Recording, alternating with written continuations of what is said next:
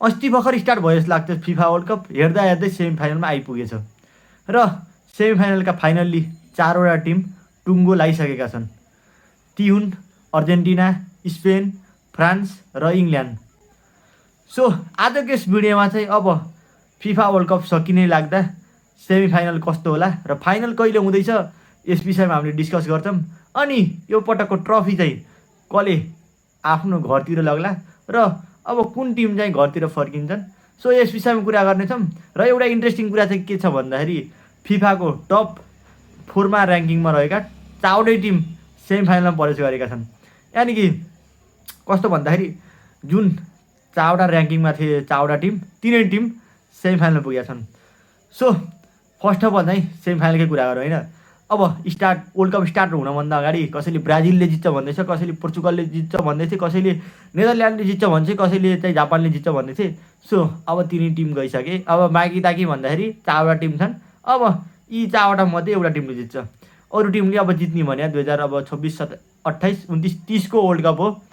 So 30को world कपसम्मको weight गरौँ। अब FIFA world cup 2026 जित्ने भने यिनी 4वटा टिमले हो, फ्रान्स, स्पेन, इङ्ल्यान्ड र अर्जेन्टिना। अब एक दिन ग्याप छ।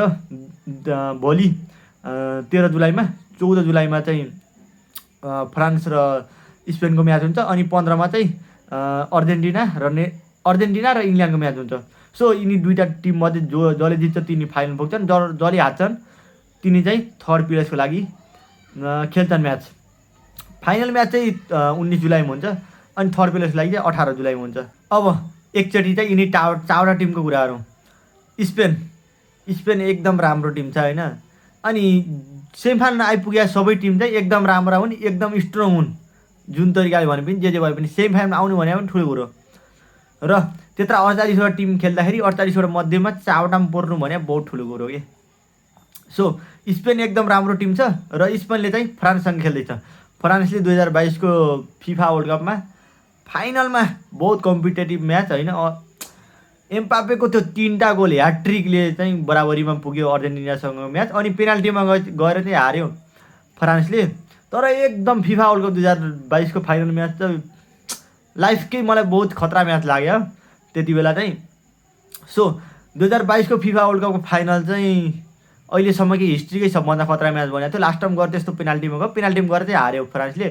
तर यो पटक फ्रान्स कमजोर चाहिँ छैन। सो स्पेन र फ्रान्सको चाहिँ पहिलो म्याच छ 14 जुलाईमा। त्यहाँबाट जसले जित्छ त्यो चाहिँ फाइनल पुग्छ। अब यो प्रिडिक्सन गर्दा चाहिँ स्पेनभन्दा फ्रान्स चाहिँ अलिकति बोल्न मानिन्छ, तर स्पेन पनि कमजोर चाहिँ छैन। सो अब जुन टिमले पनि जित्न सक्छ। मेरो प्रिडिक्सन आधारमा चाहिँ सायद फ्रान्सले जित्छ फर्स्ट म्याच चाहिँ। स्पेन र फ्रान्स बिचको म्याच चाहिँ फ्रान्सले जित्छ। अनि त्यसपछि चाहिँ अर्को दिन 15 जुलाईमा चाहिँ हाम्रो अर्जेन्टिना र इङ्ल्यान्डको म्याच हुँदैछ। इङ्ल्यान्ड कति 64 हो कि कति वर्षपछि सेमिफाइनल पुग्यो भन्ने न्युज आएको थियो होइन। सो इङ्ल्यान्ड पनि राम्रो टिम हो अनि अर्जेन्टिना झन् 2022को फिफा वर्ल्ड कप जितिया टिम हो। सो दुईवटा टिम एकदम कमजोर भन्ने त छँदैछन्। अनि अर्जेन्टिना 2022मा चाहिँ कस्तो जित्यो भने थाहै होला होइन। फ्रान्ससँग पेनाल्टीमा गएर चाहिँ जित्यो। 2022को फाइनल त कुरै छोडिदिउँ के, अर्जेन्टिना र फ्रान्सको म्याच यता अर्जेन्टिना पनि उस्तै कम्पिटेटिभ, उता एम्बापेले एक्लै 3 गोल लगाइसकेपछि पेनाल्टीमा गयो, पेनाल्टीमा चाहिँ जित्यो अर्जेन्टिनाले। सो यो पटक पनि अर्जेन्टिना कमजोर छ भन्न त मिल्दैन।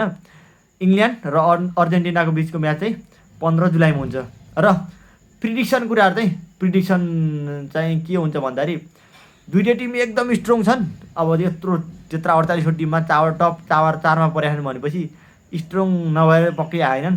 सो प्रिडिक्सनको आधारमा चाहिँ अर्जेन्टिना र इङ्ल्यान्डको म्याच चाहिँ सायद अर्जेन्टिना र इङ्ल्यान्डको म्याच चाहिँ अर्जेन्टिना जित्ने चान्स अलिक बढी छ 60%, अनि इङ्ल्यान्डले जित्ने चान्स चाहिँ 40%। सो अनि त्यसपछि हुन्छ हाम्रो थर्ड प्लेसको लागि म्याच 18 जुलाईमा।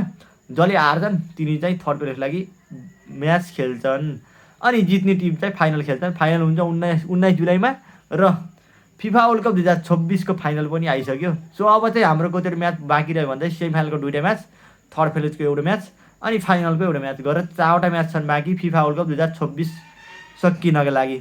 र अहिलेसम्मको हेर्दाखेरि अब चाहिँ कुन छ भन्दा 2टा टिम र अहिलेसम्मको कम्पिटिसन हेर्दा चाहिँ फ्रान्स र अर्जेन्टिना फेरि एकपटक फाइनलमा भेट्छ जस्तो लाग्छ मेरो विचारमा, कि फ्रान्स अर्जेन्टिना कि फ्रान्स र इङ्ल्यान्ड। फ्रान्स चाहिँ फिक्स पुग्छ जस्तो लाग्छ मलाई चाहिँ। सो जुन टिम पुगे पनि अहिलेको जित्ने चान्स चाहिँ फ्रान्सकै छ।